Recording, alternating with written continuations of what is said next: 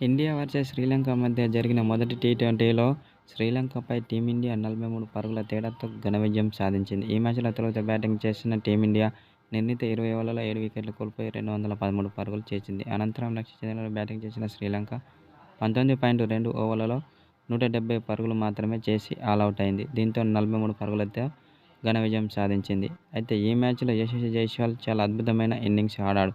21 బంతుల్లో 40 పరుగులు చేశాడు. అందులో 5 ఫోర్లు, 2 సిక్స్లు ఉన్నాయి. ప్రారంభంలో ఒక విధంగా చెప్పాలంటే శ్రీలంక బౌలర్లను ఉతికారేశాడు. అయితే అనంతరం టీమిండియాకు మరో యువరాజ్ సింగ్ దొరికాడని ఆస్ట్రేలియా మాజీ కెప్టెన్ రికీ పాంటింగ్ పేర్కొన్నాడు. అతను ఎవరో కాదు, యశస్వి జైస్వాల్. అతడు గనుక క్రీజులో ఉంటే మాత్రం చాలా అద్భుతంగా ఆడగలడని అతనిపై ప్రశంసల వర్షం కురిపిస్తున్నాడు ఆస్ట్రేలియా మాజీ captain Ricky Ponting. Suryakumar Yadav కూడా చాలా అద్భుతమైన ఇన్నింగ్స్ ఆడాడు. 26 బంతుల్లో 58 పరుగులు చేశాడు. అందులో 8 ఫోర్లు, 2 సిక్స్లు ఉన్నాయి. అనంతరం టీమిండియా ఆటగాళ్లపై ప్రశంసల వర్షం కురిపించాడు రికీ పాంటింగ్. రిషభ్ పంత్ కూడా చాలా అద్భుతమైన ఇన్నింగ్స్ ఆడాడు.